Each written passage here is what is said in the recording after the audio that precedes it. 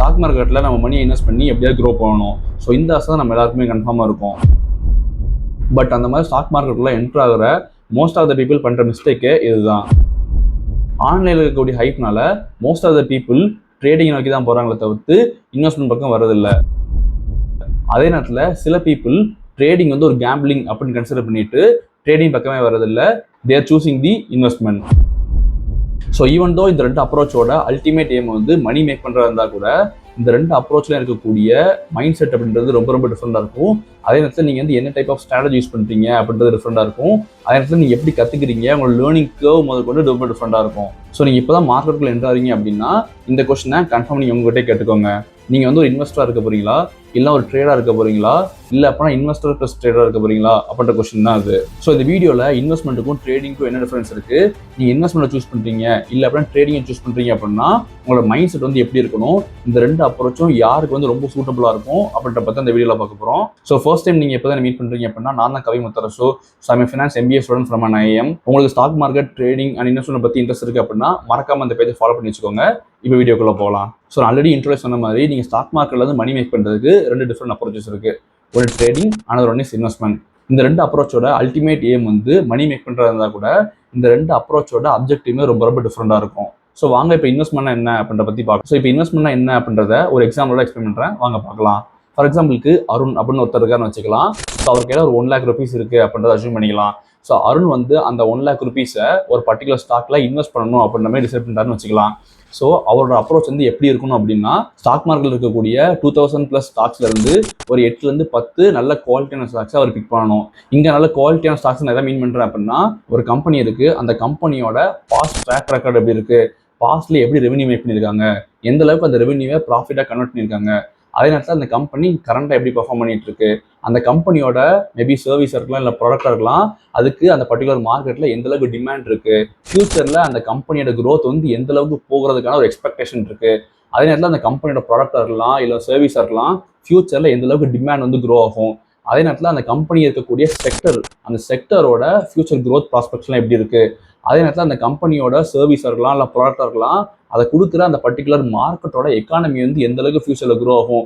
So இந்த மாதிரி ஒரு கம்பெனி இருக்குது அப்படின்னா அந்த கம்பெனியோட பேசிக் ஃபண்டமெண்டல்ஸ் வந்து நம்ம அனாலிசிஸ் பண்ணி தான் அந்த 8 to 10 நல்ல ஃபண்டமெண்டலான குவாலிட்டியான ஸ்டாக்ஸ் வந்து நம்ம பிக் பண்ணுற மாதிரி இருக்கும். ஸோ இந்த மாதிரி வேரியஸ் பேசிக் பேராமீட்டர்ஸ் வச்சு தான் நல்ல குவாலிட்டியான ஸ்டாக்ஸை நம்ம சூஸ் பண்ணுவோம். ஸோ இங்கே வந்து ஒரு கம்பெனியோட ஃபியூச்சர் க்ரோத் எக்ஸ்பெக்டேஷன்ஸ் இருக்கட்டும் இல்லை செக்டர் வந்து ரொம்ப இம்பார்ட்டன்ட் அப்படின்னு சொல்கிறோம் இல்லையா, அது வந்து ஒரு எக்ஸாம்பிளோட பார்க்கலாம். ஃபார் எக்ஸாம்பிளுக்கு 2 கம்பெனிஸ் இருக்குது, உங்கள்கிட்ட வந்து 1 lakh rupees இருக்குது அப்படின்னு நம்ம அச்சீவ் பண்ணிக்கலாம்.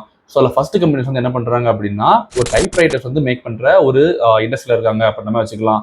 இன்னொரு கம்பெனி என்ன பண்ணுறாங்கன்னா கம்ப்யூட்டர்ஸுக்கு தேவையான அக்சசரிஸ் பண்ணுறாங்க. ஃபார் எக்ஸாம்பிளுக்கு மேபி ஒரு மவுஸோ இல்லை ஒரு கீபோர்டோ அதே பண்ணுறாங்க அப்படின்னு வச்சுக்கலாம். ஸோ இப்போ இந்த 2 கம்பெனியில் எந்த கம்பெனிக்கு வந்து ஃபியூச்சர் க்ரோத் ப்ராஸ்பெக்ட் வந்து ரொம்ப அதிகமாக இருக்குது அப்படின்னு கேட்டால் ஆப்வியஸாக நம்ம வந்து இந்த கம்ப்யூட்டர் சம்மந்தமான அக்சசரிஸ் பண்ணுற அந்த இண்டஸ்ட்ரியை நம்ம சொல்லுவோம் இல்லையா. ஸோ அதுக்கான ரீசன் என்ன அப்படின்னா ரீசெண்ட் டேஸில் டைப்ரைட்டர்ஸ்லாம் யாரும் பெருசாக யூஸ் பண்ணுறது இல்லை. ஸோ ஃபியூச்சரில் அது க்ரோ ஆகிறதுக்கான சான்ஸ் வந்து ரொம்ப ரொம்ப கம்மி, கரெக்டாக. ஸோ அதே நேரத்தில் ஃபியூச்சரில் கம்ப்யூட்டர்ஸோட ரெக்குவயர்மெண்ட் வந்து இன்னும் ரொம்ப அதிகமாகும். அந்த மாதிரி கம்ப்யூட்டர்ஸோட ரெக்குவயர்மெண்ட்ஸ் வந்து அதிகமாகும் போது அதை சுற்றி இருக்கக்கூடிய அக்சசரிஸோட ரெக்குவயர்மெண்ட் அதிகமாகும். ஸோ ஆட்டோமேட்டிக்காக டிமாண்ட் அதிகமாகும் போது அந்த பர்டிகுலர் கம்பெனி நல்லா க்ரோ ஆகிறதுக்கான சான்ஸ் வந்து ரொம்ப அதிகமாக இருக்கு இல்லையா. ஸோ இந்த மாதிரி நீங்கள் ஒரு கம்பெனியில் இன்வெஸ்ட் பண்ண போறீங்க அப்படின்னா அந்த கம்பெனியோட ஃபியூச்சர் வந்து எப்படி இருக்கும் அப்படின்றத அசஸ் பண்ணுறது ரொம்ப முக்கியம். அந்த பர்டிகுலர் கம்பெனியோட ப்ரைஸ் வந்து மேபி ஒரு 200 ரூபா இருக்கலாம், இல்லை ஒரு 2000 ரூபா இருக்கலாம், ஒரு 3000 rupees இருக்கலாம், இல்லை ஒரு 4000 rupees கூட இருக்கலாம். அந்த மாதிரி நீங்கள் சூஸ் பண்ணுற கம்பெனியோட ஸ்டாக் ப்ரைஸ் வந்து எப்போயுமே நமக்கு ஒரு கன்சர்னாக இருக்காது. ஸோ இந்த மாதிரி 2000+ கம்பெனிஸ்லேருந்து ஒரு 8 to 10 நல்ல குவாலிட்டியான ஸ்டாக்ஸை வேரியஸ் பேராமீட்டர்ஸ் வச்சு நம்ம சூஸ் பண்ணுறோம் இல்லையா. ஸோ இந்த மாதிரியான அனாலிசிஸ் பேர் தான் ஃபண்டமெண்டல் அனாலிசிஸ்னு சொல்லுவோம் நம்ம. ஸோ ஃபண்டமெண்டல் அனாலிசிஸ்னால் ஒன்றுமே இல்லை, பேசிக்காக ஒரு கம்பெனி இருக்குது, அந்த கம்பெனியோட பாஸ்ட் ட்ராக் ரெக்கார்டு எப்படி இருக்குது, கரண்ட் அப்படி பண்ணிட்டு இருக்காங்க, ஃபியூச்சரில் எந்த அளவுக்கு பண்ணுறதுக்கான பொட்டன்ஷியல் இருக்குது அப்படின்ற பற்றி நம்ம அனாலிசிஸ் பண்ணுறது தான் அந்த ஃபண்டமெண்டல் அனாலிசிஸ்ன்றது. ஸோ நான் மென்ஷன் பண்ண அந்த ஃபண்டமெண்டல் அனாலிசிஸ்னா என்ன அப்படின்ற பற்றி ஃபியூச்சரில் நம்ம டீட்டெயில் ஒரு வீடியோ பார்க்கலாம். பட் இந்த மாதிரி ஃபண்டமெண்டல் அனாலிசிஸ் ஒன்று இருக்குது அப்படின்ற மட்டும் தெரிஞ்சுக்கோங்க. ஸோ இந்த மாதிரி ஃபண்டமெண்டல் அனாலிசிஸ்லாம் கற்றுக்கிட்டு ஒரு செட் ஆஃப் பேராமீட்டர்ஸ் வந்து நீங்கள் டிசைன் பண்ணுவீங்க. ஸோ அந்த மாதிரி செட் ஆஃப் பேராமீட்டர்ஸ் வந்து ஃபில்டர் ஆகக்கூடிய ஒரு 8 to 10 நல்ல குவாலிட்டியான ஸ்டாக்ஸில் நீங்கள் இன்வெஸ்ட் பண்ண ஸ்டார்ட் பண்ணுவீங்க. ஸோ அந்த மாதிரி ஷார்ட் லிஸ்ட் பண்ணி இன்வெஸ்ட் பண்ணுற டைம் ஹாரிசன் வந்து மேபி 5 years இருக்கலாம், இல்லை 10 years இருக்கலாம், இல்லை மேபி 15 years இருக்கலாம், which is based upon the parameter. So for எக்ஸாம்பிளுக்கு நான் ஒரு பர்டிகுலர் ஸ்டாக்ல இன்வெஸ்ட் பண்ண போகிறேன் அப்படின்னு அஸ்யூம் பண்ணிக்கலாம். ஸோ நான் ஒரு ஸ்டாக்ல இன்வெஸ்ட் பண்ண போகிறேன் அப்படின்னா எனக்கு ஒரு ப்ரீ டிஃபைன் கிரைட்டீரியா இருக்கும். அந்த பர்டிகுலர் கிரைட்டீரியாவில் ஃபில்டர் ஆகக்கூடிய ஸ்டாக்ஸில் மட்டும் தான் இன்வெஸ்ட் பண்ண போகிறேன், கரெக்டாக. ஸோ இப்போ வந்து நான் ஸ்டாக்ல இன்வெஸ்ட் பண்ண போகிறேன். அந்த ஸ்டாக்ஸில் நான் இன்வெஸ்ட் பண்ணுறதுக்கான ரீசன் என்ன அப்படின்னா ஃபார் த பாஸ்ட் 5 years அந்த கம்பெனியோட ரெவன்யூ வந்து இன்க்ரீஸ் ஆகிட்டே இருக்கு. அதே நேரத்தில் அந்த கம்பெனியோட ப்ராஃபிட்டும் இன்க்ரீஸ் ஆகிட்டே இருக்கு அப்படின்றத ரீசன்டாக வச்சுக்கலாம். ஸோ ஆஃப்டர் 5 வருஷம் கழிச்சோ இல்லை ஒரு 10 வருஷம் கழிச்சோ என்ன ஆகுது அப்படின்னா அந்த பர்டிகுலர் கம்பெனியோட ரெவன்யூ வந்து கொஞ்சம் கொஞ்சமாக கம்மியாகிட்டே வருது.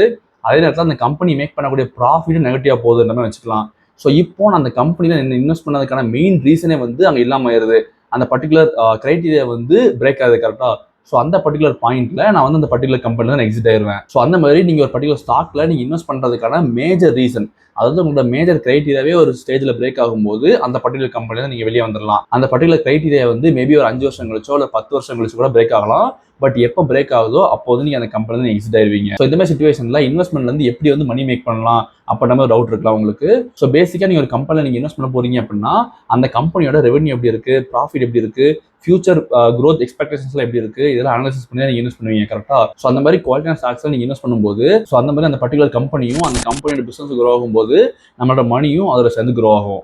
ஸோ பேசிக்காக நீங்கள் வந்து இன்வெஸ்டராக இருக்கீங்க அப்படின்னா உங்களோட மைண்ட் செட் எப்படி இருக்கணும் அப்படின்னா ஒரு பர்டிகுலர் ஸ்டாக் வந்து பாஸ்ட்ல எந்த அளவுக்கு மற்றவங்களுக்கு வந்து ஒரு வேல்யூ கிரியேட் பண்ணிருக்கு, இப்போ எந்த அளவுக்கு வேல்யூ கிரியேட் பண்ணிட்டு இருக்கு, அதே மாதிரி ஃபியூச்சர்லயும் அந்த பர்டிகுலர் கம்பெனியால வேல்யூ கிரியேட் பண்ண முடியுமா அப்படின்ற பத்தி தான் இருக்கணும். ஸோ வாங்க இப்போ ட்ரேடிங் என்ன அப்படின்ற பத்தி பார்க்கலாம். ஃபார் எக்ஸாம்பிளுக்கு பாலா அப்படின்னு ஒருத்தர் இருக்காருன்னு வச்சுக்கலாம். அவருக்கு வந்து ஒரு 1 lakh rupees இருக்கு அப்படின்னு அஷ்யூம் பண்ணிக்கலாம். ஸோ பாலா வந்து அவர்கிட்ட இருக்க 1 lakh rupees ஒரு பர்டிகுலர் ஸ்டாக்ல வந்து ட்ரேட் பண்ணணும் அப்படின்ற மாதிரி யோசிக்கிறாருன்னு வச்சுக்கலாம். ஸோ இங்க வந்து பாலாவோட பெர்ஸ்பெக்டிவ் வந்து எப்படி இருக்கும் அப்படின்னா அந்த பர்டிகுலர் ஸ்டாக்கோட ப்ராஃபிட் எப்படி இருக்கு, ரெவன்யூ எப்படி இருக்கு அப்படின்ற பத்தி யோசிக்க மாட்டாரு. அந்த பர்டிகுலர் ஸ்டாக்கோட பிரைஸ் மூவ்மெண்ட்ஸ் வந்து எப்படி இருக்கு அப்படின்றது மட்டும் தான் அவரோட கன்சர்னா இருக்கும். ஃபார் எக்ஸாம்பிளுக்கு நீங்க ஒரு ஸ்டாக்கை ஒரு 1 வீக்கா நீங்க நோட் பண்றீங்க, அந்த பர்டிகுலர் ஸ்டாக்கோட பிரைஸ் வந்து 100 ரூபா இருக்கு அப்படின்ற மாதிரி வச்சுக்கலாம். ஆஃப்டர் 1 or 2 days அந்த பர்டிகுலர் ஸ்டாக்கோட பிரைஸ் வந்து 100 ரூபாயிலிருந்து 150 ரூபா வரைக்கும் இன்க்ரீஸ் ஆயிருக்கு அப்படின்ற மாதிரி அஷ்யூம் பண்ணிக்கலாம். ஸோ இப்போ வந்து உங்களோட மைண்ட் செட் வந்து எப்படி இருக்கும் அந்த கொஸ்டின் நீங்களே உங்ககிட்ட கேட்டு பாருங்க. So most of the people என்ன பண்ணுவாங்க அப்படின்னா 100 ரூபாயில் நம்ம வாங்கிருக்கலாம் அப்படின்ற மாதிரி ரிகட் பண்ணுவாங்க. ஸோ இது வந்து ஒரு போர்ஷன் நம்ம வச்சுக்கலாம். ஸோ கொஞ்ச நாள் கழிச்சு மேபி ஆஃப்டர் ஒரு 1 or 2 months என்ன ஆகுது அப்படின்னா அந்த பர்டிகுலர் ஸ்டாக் வந்து 150 ரூபாயிலேருந்து கொஞ்சமாக குறைஞ்சி அகைன் வந்து அந்த 100 ரூபா அப்படின்ற பிரைஸ் ரேஞ்சுக்கு அகைன் திரும்ப வருது அப்படின்ற மாதிரி அஷ்யூம் பண்ணிடலாம். So most of the peoples வந்து என்ன பண்ணுவாங்க அப்படின்னா ப்ரீவியஸ் டைம் வந்து 100 ரூபாயில அந்த கம்பெனி ட்ரேட் ஆகிட்டு இருக்கும்போது அதோட ப்ரைஸ் வந்து இன்க்ரீஸ் ஆயிருக்கு. ஸோ இப்போ வந்து அகைன் 100 ரூபாயில வந்திருக்கு. ஸோ வந்து அகைன் இப்போ நம்ம 100 ரூபாயில வாங்குறோம் அப்படின்னா அதோட ப்ரைஸ் வந்து இன்க்ரீஸ் ஆகும் அப்படின்ற மாதிரி ஒரு எக்ஸ்பெக்டேஷன் இருக்கும். அதே எக்ஸ்பெக்டேஷன்ல நீங்க வந்து அந்த பர்டிகுலர் ஸ்டாக்கை 100 ரூபாயில வாங்குறீங்க அப்படின்ற மாதிரி வச்சுக்கலாம். இப்போ வந்து 100 ரூபாயில நீங்க அந்த ஸ்டாக் வாங்கிருக்கீங்க, எந்த ப்ரைஸ் வரும்போது அதை நீங்க செல் பண்ணுவீங்க அப்படின்ற கொஸ்டினை நீங்களே உங்ககிட்ட கேட்டு பாருங்க.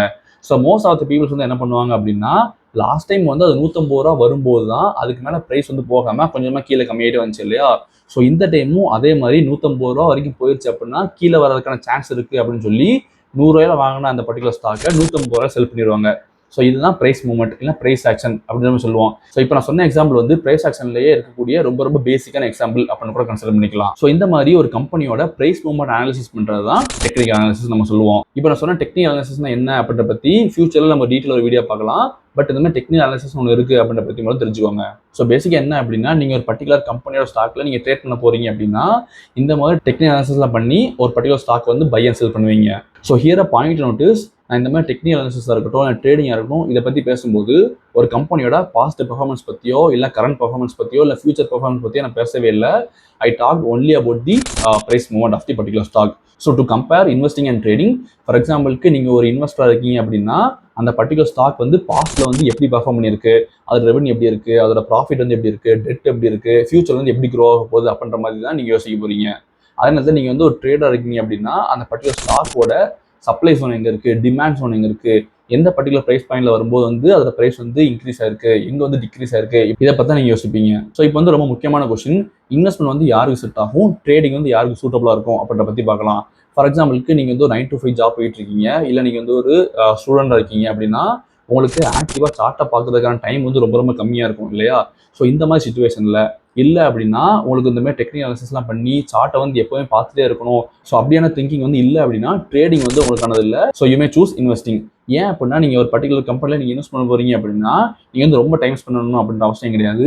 மேபி உங்கள் ஃப்ரீ டைம்லையோ இல்லை ஒரு வீக்னஸ்லையோ நீங்கள் டைம் ஸ்பெண்ட் பண்ணி அந்த பர்டிகுலர் கம்பெனிக்கு நீங்கள் ஒரு ஃபண்டமெண்டல் அனாலிசிஸ் பண்ணலாம். ஸோ அந்த மாதிரி ஃபண்டமெண்டல் அனாலிசிஸ்லாம் பண்ணி உங்களோட கிரைட்டீரியாலாம் அந்த பர்டிகுலர் ஸ்டாக் வந்து ஷார்ட்லெஸ் ஆகுது அப்படின்ற பட்சத்தில் நீங்கள் இன்வெஸ்ட் பண்ண போறீங்க, இல்லை அப்படின்னா லீவ் பண்ணிட்டு போயிருவீங்க. அதே நேரத்தில் ட்ரேடிங் வந்து யாருக்கு சூட்டபுளாக இருக்கும் அப்படின்ற பற்றி பார்க்கலாம். ஃபார் எக்ஸாம்பிளுக்கு மார்க்கெட் வந்து ஓப்பனாக இருக்கும்போது மார்க்கெட்டை ஆக்டிவாக பார்க்கறதுக்கான டைம் உங்ககிட்ட இருக்கு, அதே நேரத்தில் மார்க்கெட் வந்து ஆக்டிவாக பார்க்கறதுக்கான ஒரு இன்ட்ரெஸ்ட் உங்ககிட்ட இருக்கு அப்படின்னா நீங்க வந்து ட்ரேடிங் சூஸ் பண்ணிக்கலாம். ஸோ இப்போ ரீசெண்ட் டேஸ்ல ட்ரேடிங்ல இந்த ஆல்கோ சொல்லப்படக்கூடிய இந்த ஆட்டோமேட்டட் ட்ரேடிங் ரொம்ப ஃபேமஸாக தான் இருக்கு. ஃபார் எக்ஸாம்பிளுக்கு நீங்க ஒரு டெக்னிக் அனாலிசிஸ் பண்றீங்க, அந்த டெக்னிக் அனாலிசிஸ் பண்ணி உங்களோட நாலேஜை வந்து உங்களால கோடா கன்வெர்ட் பண்ணி முடியும் அப்படின்னா அந்த பர்டிகுலர் கோடை நீங்க பைத்தான்ல கொடுத்தீங்க அப்படின்னா ஆட்டோமேட்டிக்கா உங்க சார்பா வந்து அந்த பைத்தான் கோடே வந்து ஒரு பர்டிகுலர் செக்யூரிட்டிஸ் வந்து பை பண்ணவோ இல்லை செல் பண்ணவோ செய்யும். ஸோ இது வந்து யாருக்கு ரொம்ப ஹெல்ப்ஃபுல்லா இருக்கும் அப்படின்னா நீங்க வந்து 9 to 5 ஜாப் தான் பண்ணிட்டு இருக்கீங்க, பட் உங்களுக்கு ட்ரேடிங் பண்ணணும் அப்படின்னு ஆசைப்பட்டீங்க அப்படின்னா இந்த ஆல்கோ ட்ரேடிங் வந்து ரொம்ப யூஸ்ஃபுல்லா இருக்கும். ஸோ டு கன்க்ளூட் திஸ், மார்க்கெட்ஸ்ல நீங்க வந்து ஒரு இன்வெஸ்டரா இருக்கலாம், இல்லை ட்ரேடரா கூட இருக்கலாம். நீங்க எந்த அப்ரோச்சை ஃபாலோ பண்ணாலுமே உங்களால கன்ஃபார்ம் மணி மேக் பண்ண முடியும். பட் நீங்க ஸ்டாக்ல இன்வெஸ்ட் பண்றீங்க இல்லை ட்ரேட் பண்றீங்க அப்படின்னா அதை பத்தியான நாலேஜ் வந்து கன்ஃபார்ம் உங்ககிட்ட இருக்கணும். நீங்க என்ன பண்றீங்க அப்படின்னு தெரிஞ்சுக்கிட்டு எல்லாத்தையும் கத்துக்கிட்டு பண்ணீங்க அப்படின்னா கன்ஃபார்ம் உங்களால மணி மேக் பண்ண முடியும். பட் இதுதான் பெஸ்ட் அதுதான் பெஸ்ட் அப்படின்னு 2 ஆப்ஷன்ல யாராலையுமே சூஸ் பண்ண முடியாது. Which is based upon your mentality. நீங்க எந்த அளவுக்கு வந்து மார்க்கெட்ல வந்து கத்துக்கிறதுக்கு ரெடியா இருக்கீங்க, எந்த அளவுக்கு உங்களால வந்து டைம் ஸ்பெண்ட் பண்ண முடியும், எந்த அளவுக்கு உங்களுக்கான மென்டல் ஸ்டெபிலிட்டி இருக்கு, ரிஸ்க் மேனேஜ்மெண்ட் இருக்கு, இந்த மாதிரியான வேரியஸ் பேராமீட்டர்ஸை வச்சு நீங்க மேபி இன்வெஸ்டரா இருக்கலாம், இல்லை ட்ரேடரா இருக்கலாம், இல்லை இன்வெஸ்டர் பிளஸ் ட்ரேடரா கூட நீங்க இருக்கலாம். ஸோ நீங்க ஒரு பிகினரா இருக்கீங்க அப்படின்னா ஸ்டாக் மார்க்கெட் மட்டும் இல்ல, ஸ்டாக் மார்க்கெட் மாதிரியே இந்தியாவில் வேரியஸ் இன்வெஸ்ட்மெண்ட் ஆப்பர்ச்சுனிட்டிஸ் இருக்கு. அந்த மாதிரி வேற என்னென்ன இன்வெஸ்ட்மெண்ட் ஆப்பர்ச்சுனிட்டிஸ் இருக்கு அப்படின்ற பத்தியான ஒரு டீடைல் வீடியோ நான் ஆல்ரெடி போஸ்ட் பண்ணியிருக்கேன். அந்த வீடியோட லிங்க் டிஸ்கிரிப்ஷன்ல இருக்கு. அந்த பர்டிகுலர் வீடியோல இந்தியாவில் என்னென்ன இன்வெஸ்ட்மெண்ட் ஆப்பர்ச்சுனிட்டிஸ் இருக்கு, ஒவ்வொரு ஆப்பர்ச்சுனிட்டியும் இருக்கக்கூடிய ரிஸ்க் என்ன, அதே மாதிரி அதுல இருந்து வரக்கூடிய ரிட்டர்ன்ஸ் எவ்வளவு நீங்க எக்ஸ்பெக்ட் பண்ணலாம், எதாவது யாராவது வந்து சூட் ஆகும் அப்படின்ற பத்தி டீடைல் எக்ஸ்பிளைன் பண்ணியிருக்கேன். டெஃபினட்டா போய் பாருங்க, it will be helpful for you. இதே மாதிரி ஸ்டாக் மார்க்கெட் பத்தியும் ட்ரேடிங் பத்தி இன்வெஸ்ட்மெண்ட் பத்தியும் ஃபியூச்சர்ல இன் டீடைல் நான் நிறைய வீடியோ போட போறேன். ஸோ அந்த மாதிரி வீடியோஸ் நீங்க மிஸ் பண்ணாம இருக்கணும்னு நினைச்சீங்க அப்படின்னா மறக்காம சப்ஸ்கிரைப் பண்ணிக்கோங்க. நெக்ஸ்ட் இன்னொரு இன்ட்ரெஸ்டிங் வீடியோல நம்ம மீட் பண்ணலாம்.